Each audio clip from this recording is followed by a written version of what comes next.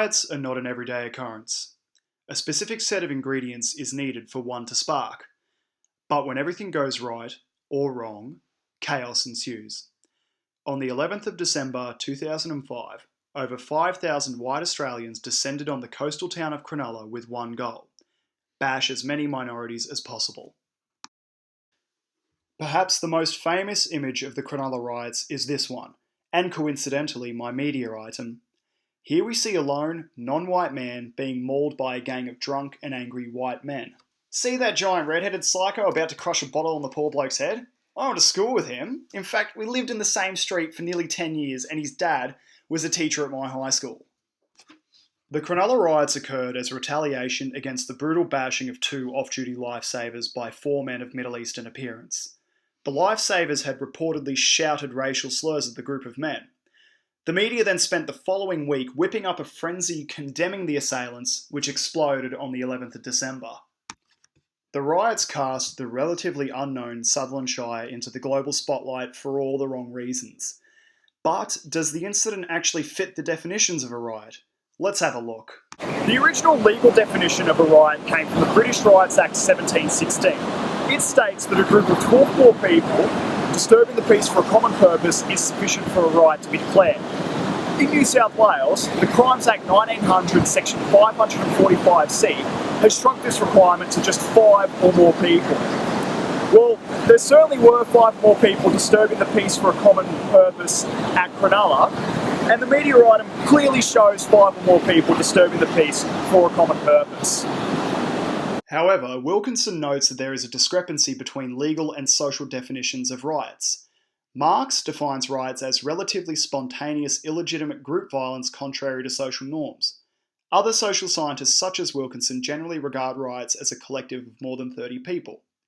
This mismatch can have the consequence of defining large-scale events as one defined riot when in fact it could be several hundred smaller defined riots. Brass points out that riot fails to capture the complexity of the many large and small events that may continue for several days after instigation. But all riots don't fall under the same category. Marx identifies 3 such categories. First, there are instrumental riots in which a generalized belief is present. Second, there are riots in which a generalized belief is present, but is not instrumental in resolving a group's problems. And third, there are issueless or unprincipled riots in which a generalized protest belief is absent and which have slight implications for social movement or change. Cronulla most likely falls under the second category. You also have the different types of riots. These include police, prison, race, religion, students, urban, sports, and food and bread riots. Now, not all these will be discussed as they are unnecessary to this presentation, except for race riots. Let's have a look at race riots. Lieberson and Silverman define race riots as an assault on persons or property simply because they are part of a given subgroup of a community. The Cronulla riots certainly fit this bill since the violence was directed towards Middle Eastern people. Unfortunately, the focus broadened to attack any non-white person who was at the beach that day. Lieberson and Silverman's study on the precipitants and underlying conditions of race riots in America found that they most often occur in communities where institutional malfunctioning, cross pressures, or other inadequacies are such that the city is unable to resolve racial problems. Olzak further found that there was little evidence that poverty or racial disparities in income, education, and occupation caused race riots. Brass notes, however, that riot fails to capture the complexity of the many large and small events that may continue for several days after instigation, and one defined riot could in fact be several hundred smaller riots. According to crime statistics from the past 10 years, Cronulla has consistently been above the state average for incidents of assault, although this number is on the decline.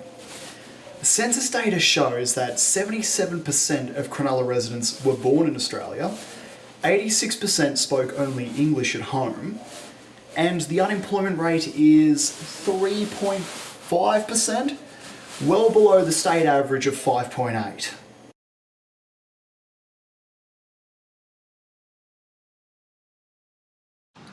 The census data doesn't suggest that Cronulla would make an ideal location for a riot. However, the assault figures say otherwise. The media plays an important role in riots. In the lead up to the Cronulla riots, various media outlets such as the Daily Telegraph, Radio 2GB and 2UE whipped up a frenzy demanding the crackdown of Middle Eastern assailants and grubs.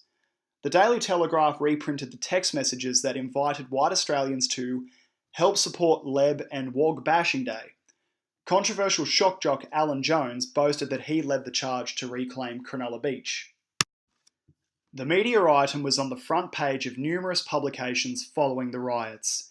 It's become a sort of icon, for lack of a better word.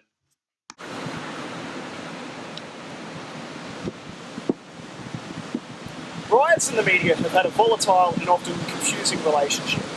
On the one hand, the media seeks to portray riots in a way that highlights the issue, condemns the actions of the crowd, or attempts to rationalise the event. On the other hand, the media can also encourage riots, praise the perpetrators, or exaggerate the events. This is Michael Rees. Have a good one.